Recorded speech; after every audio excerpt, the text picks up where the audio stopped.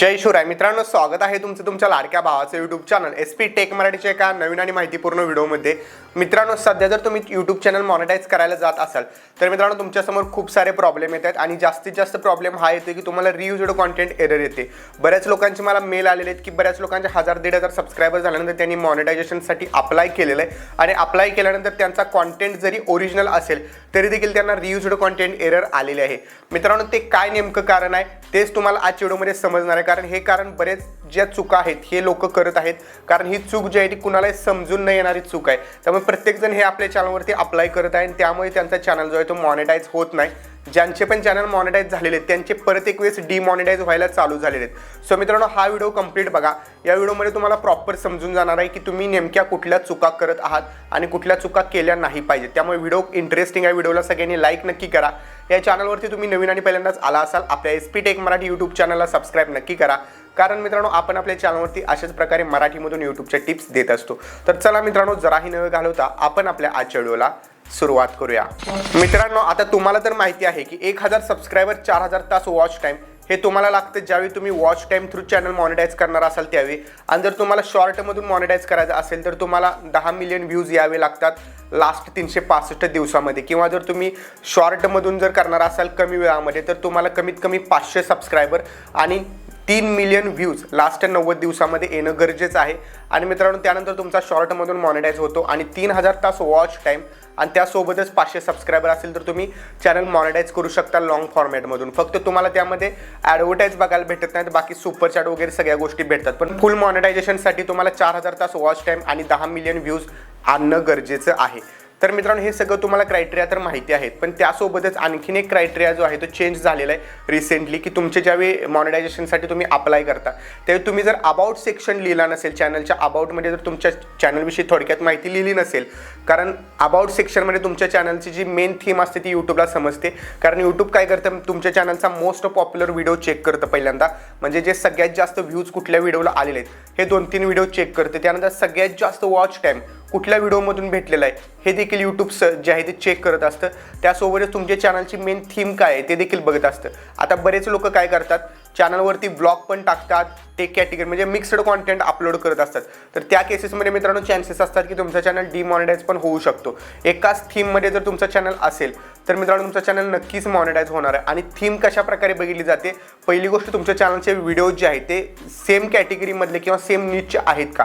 काही केसेसमध्ये तुम्ही मिक्स्ड कॉन्टेंट टाकला तर चालू शकतं, जसे की तुम्ही व्लॉग व्हिडिओ, किचनचे रेसिपी व्हिडिओ एकत्र टाकले पण त्यामध्ये तुम्ही सेम व्यक्ती दिसत आहे तरी देखील काही सुद्धा प्रॉब्लेम येत नाही। आणि मित्रांनो, तुमच्या चॅनलची थीम चेक कशा प्रकारे केली जाते, तर त्यासाठी तुमच्या चॅनलला तुमच्या चॅनलचा लोगो आणि बॅनर आर्ट असणं गरजेचं आहे। बरेच लोक चॅनलवरती सगळं प्रॉपर करतात पण चॅनलला बॅनर आर्ट लावतच नाहीत किंवा कव्हर फोटो जो आपण बॅकग्राऊंडला म्हणतो तो लावत नाहीत, आणि मित्रांनो त्यामुळेच त्यांचा चॅनल जो आहे तो रियूज्ड कॉन्टेंटमध्ये जातो किंवा रिपिटेटिव्ह कॉन्टेंटमध्ये जातो आणि रिअप्लाय करा म्हणून सांगितलं जातं।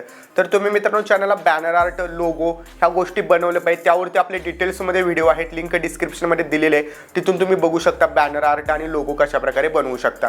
ठीक आहे, सोबतच मित्रांनो सगळ्यात महत्त्वाची आता गोष्ट काय चाललेली यूट्यूबवरती, सगळं प्रॉपर आहे तरी देखील रियूज्ड कॉन्टेंट येतोय, तर तो कशामुळे येतोय, तर पहिली गोष्ट मित्रांनो तुम्हाला सगळ्यांना माहिती आहे, व्हिडिओ आपली स्वतःच्या आवाजामध्ये तर ॲटलिस्ट पाहिजे। जर तुम्ही फेस कॅम व्हिडिओ बनवत नसाल, तुम्ही कुठले इन्फॉर्मेशनचे वगैरे व्हिडिओज बनवत असाल किंवा इन्फोटेनमेंट व्हिडिओ बनवत असाल तर त्यामध्ये फक्त तुमचा आवाज जर असेल तरी देखील चालून जातं, कारण त्यामध्ये तुमचा फेस दाखवणं गरजेचं नसेल, तर फक्त आवाज असेल तरी देखील चॅनल मॉनिटाईज होतो।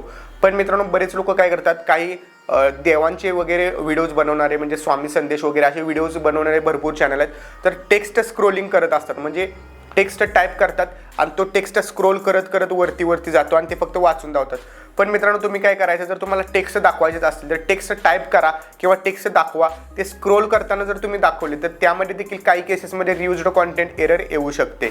आता मित्रांनो तुम्हाला हे देखील समजलं की तुम्हाला स्वतःचा आवाज पाहिजे, आणि आवाज जर नसेल, बरेच लोक स्टेटस वगैरे अपलोड करतात, रील्स अपलोड करतात, तर त्या केसेसमध्ये मित्रांनो काय होतं, तुमचा चॅनल मॉनिटाईज होण्याचे चान्सेस कमी होतात। पण मित्रांनो जर तुमच्या चॅनलवरती सगळं प्रॉपर आहे तरी देखील चॅनल मॉनिटाईज होत नसेल तर तुमची सगळ्यात मोठी चूक काय असेल, तुम्ही वॉच टाईम जो आहे तो वॉच टाईम कंप्लीट करून अप्लाय केलेलं असतं. पण शॉर्ट फीडमध्ये तुम्ही काय केलेलं असतं, शॉर्ट व्हिडिओ असे अपलोड केलेले असतात जे रियुज्ड कॉन्टेंट कॅटेगरीमध्ये येतात किंवा रियुज्ड पॉलिसीमध्ये येतात. जसं की काही फक्त टेक्स्ट टाईप केलेला रील्स असते किंवा शॉर्ट व्हिडिओ असतो, त्याला फक्त बॅकग्राऊंडला म्युझिक देऊन सोडलेलं असतं. तर अशा शॉर्टमुळे पण तुमच्या चॅनलवरती रियुज्ड कॉन्टेंट 100% येतो. आणि काही केसेसमध्ये असं देखील होतं की तुम्ही जर लिपसिंग व्हिडिओ फक्त बनवत असाल, म्हणजे बॅकग्राऊंडला तुम्ही सॉन्ग लावलेलं आणि फक्त लिपसिंग करत आहात, तरी देखील रियुज्ड कॉन्टेंट एरर येत आहेत बऱ्याच लोकांना, कारण आलेले आहेत तसे.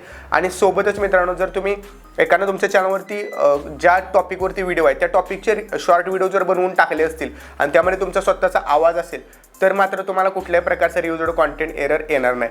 सो ह्या सगळ्या गोष्टी तुम्ही फॉलो करा आणि त्यानंतरच तुमच्या यूट्यूब चॅनलला मॉनिटायझेशनसाठी अप्लाय करा.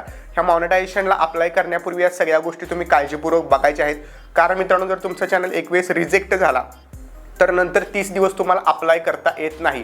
आणि जर 30 दिवसानंतर पण तुमचा चॅनल रिजेक्ट झाला तर नंतर 90 दिवस तुम्ही तुमच्या चॅनलवरती अप्लाय करू शकत नाही मॉनिटायझेशनसाठी. त्यामुळे मित्रांनो, पहिल्या ट्रायमध्येच तुमचं चॅनल कशा प्रकारे मॉनिटाईज होईल याकडे जास्त भर द्या. सोबतच काही व्हिडिओ तुम्हाला खटकत असतील की नाही बाबा, या व्हिडिओमधून माझं चॅनल डिमॉनिटाईज किंवा रियुज्ड कॉन्टेंट येऊ शकतो, तर तो व्हिडिओ डिलीट करून टाका. बरेच लोक प्रायव्हेट ठेवतात किंवा अनलिस्टेड ठेवतात चॅनलवरती. व्हिडिओ चॅनलवरती प्रायव्हेट असो किंवा अनलिस्टेड असो, तो यूट्यूबला दिसत असतो. त्यामुळे मित्रांनो, तुम्ही प्रायव्हेट किंवा अनलिस्टेड केलं म्हणजे तुमचा प्रॉब्लेम सॉल्व्ह झाला नाही. तो व्हिडिओ परमनंटली डिलीट करा. डिलीट केल्यानंतर त्या व्हिडिओचं वॉच टाईम डिक्रीज होत असतं, तर ते वॉच टाईम कंप्लीट करा आणि नंतरच अप्लाय करू शकता. सो मित्रांनो, आजच्या व्हिडिओमध्ये इतकंच होतं. आय होप तुम्हाला समजलं असेल आत्ता सध्या रियुज्ड कॉन्टेंट कशामुळे येत आहे आणि मॉनिटायझेशनचे रूल नेमके काय आहेत. तर भेटू पुढच्या एका नवीन आणि इंटरेस्टिंग व्हिडिओमध्ये. तोपर्यंत चॅनलवरचे बाकीचे व्हिडिओ बघत राहा आणि प्रो यूट्यूबर बना. जय हिंद, जय महाराष्ट्र.